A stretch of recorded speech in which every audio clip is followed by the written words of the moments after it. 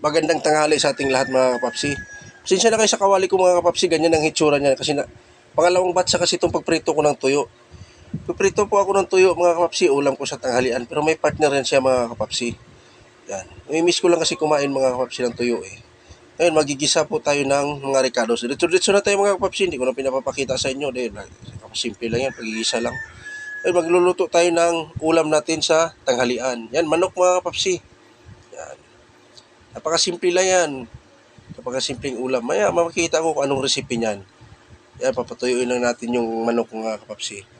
Haluin lang natin siya ng haluin para pumasok yung mga ricado sa katawan ng manok mga kapapsi. Yan lang yan siya mga kapapsi, ganyan lang.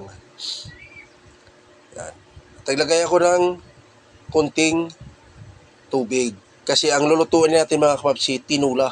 Yan. Lagay tayo ng konting asin. Pakakuluin natin. Yan. Saka ating sikretong pangpalasa, di mawala yan. Kasi ang dami na akong na-upload na tinulang manok mga kapapsi. Iba-iba din yung pagluluto mga kapapsi. Iba-iba yung ricados na hinalo ko. Kaya okay lang sa akin kahit paulit-ulit. Ngayon, sayuti po ang nilagay ko. Uulitin ko ulit sayuti dahil wala po ako nakahanap ng papaya. Yan. Sayuti lang yan mga kapapsi. So, tingnan lang ninyo mamaya yan kung paano ko papasarapin yan. Kaya lang natin siyang kumulo mga kapapsi. Haluin lang natin siya ng haluin.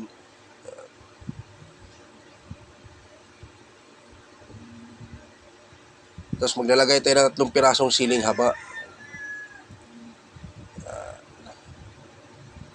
Ngayon, ilalagay natin yung sili. Dahon ng sili ilalagay ko mga kapapsi. Kasi pag tinula talaga, dahon ng sili. Kaso lang, gusto ko maraming gulay. Yan, dinamihan ko ng dahon ng sili. Saka maglalagay din tayo ng malunggay. Pinakadabis yan mga kapapsi, malunggay. Yan. Mawawala din yung malunggay mga kapapsi pagdating sa tinula. Lahat ng ricados ko dyan mga kapapsi, di ko na pinapakita sa inyo, nilagay ko na yan. Yan. At saka yung paghalalagay natin ng gulay mga kapapsi, take note, huwag nyo haluin na, ipatong lang nyo yan mga kapapsi. Yan. Yan. Kunting halo lang, kasi papakla yan eh. Yan. Yan ang ating tinulang manok. Oh. Mas kagandahan pa nito mga kapapsi sa tinula ko, dinamihan ko siya ng kamatis. Kasi malasang-malasa ang kamatis mga kapapsi. Ano, pakaway-kaway pa siya kapapsi.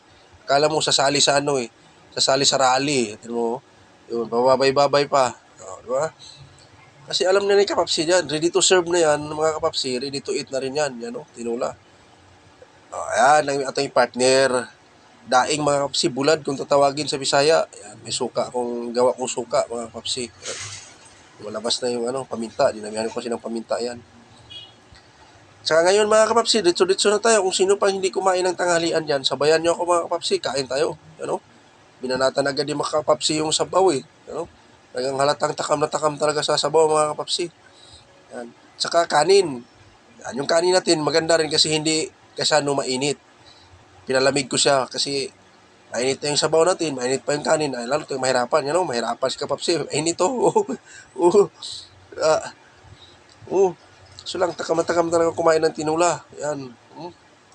Sausaw natin sa ating suka na dahagod ang lasa. Napakasarap talaga yung suka ko kasi sobrang daming paminta.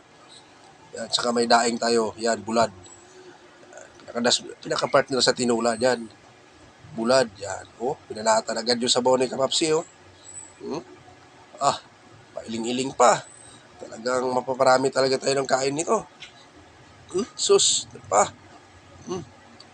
Walang manok, pakpak yung binili ko mga kapapsi. Pinahati ko na lang para dumami siya. Bumili ako ng 5 piraso, tapos pinahati ko di 10 lahat. May baon pa mamaya pagpasok. At ako po'y nagpapasalamat sa inyo mga kapapsi, kamamsi, sa walang sawang suporta nyo sa akin. Hanggang dito na lang ako. Bye-bye.